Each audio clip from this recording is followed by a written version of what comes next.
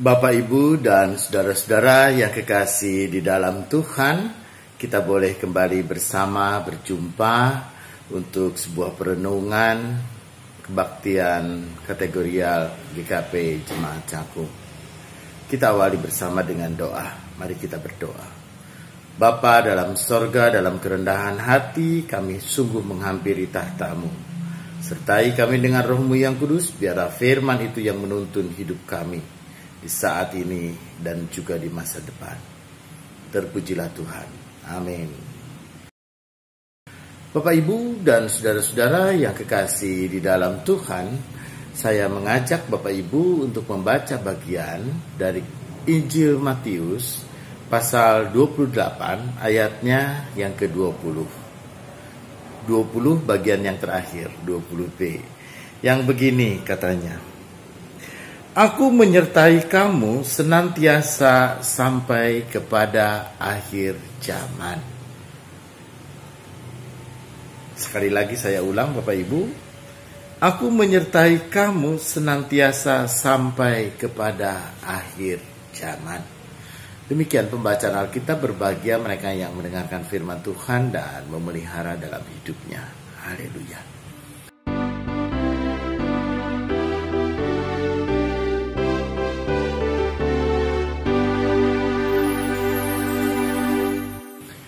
Bapak, Ibu, dan saudara-saudara, bagi sebagian orang pada saat ini ketika anak-anak kita belajar di rumah, mereka bersekolah di rumah melalui online, ya, melalui Zoom atau melalui media lainnya, sehingga anak-anak kita harus belajar di rumah. Bagi sebagian orang, orang tua terlebih, ketika orang tua bekerja, mereka harus meninggalkan rumah. Bagaimana dengan anak-anak yang kecil-kecil, anak-anak SD misalnya? Mungkin anak SMP dan anak-anak SMA sudah mempunyai kesadaran belajar. Mereka sudah memiliki kemauan juga untuk belajar sendiri.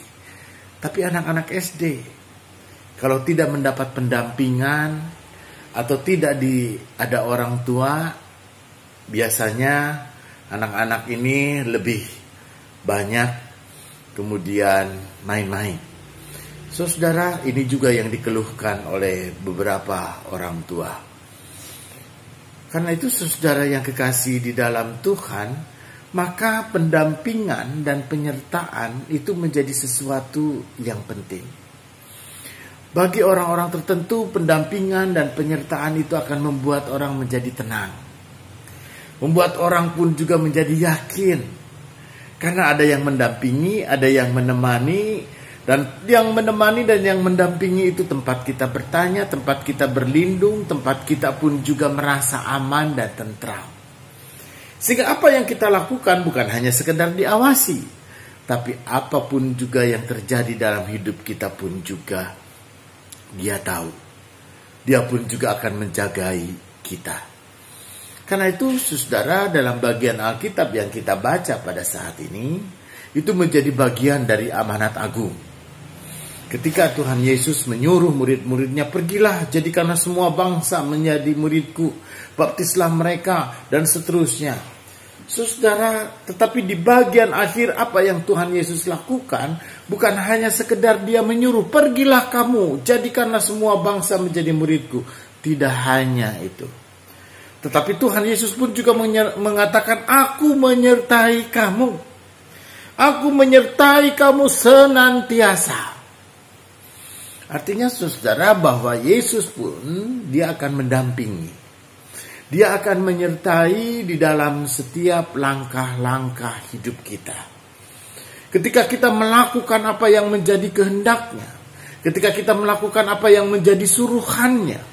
Untuk menyampaikan berita Injil ke seluruh dunia, maka Tuhan jugalah yang bertanggung jawab untuk menyertai.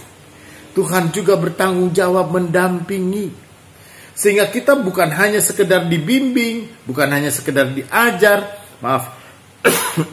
bukan hanya sekedar kita pun juga mempelajari sesuatu atas bimbingan dan penyertaan Tuhan, tapi atas bimbingan dan penyertaan Tuhan dan pendampingan Tuhan, maka kita pun juga dijagai.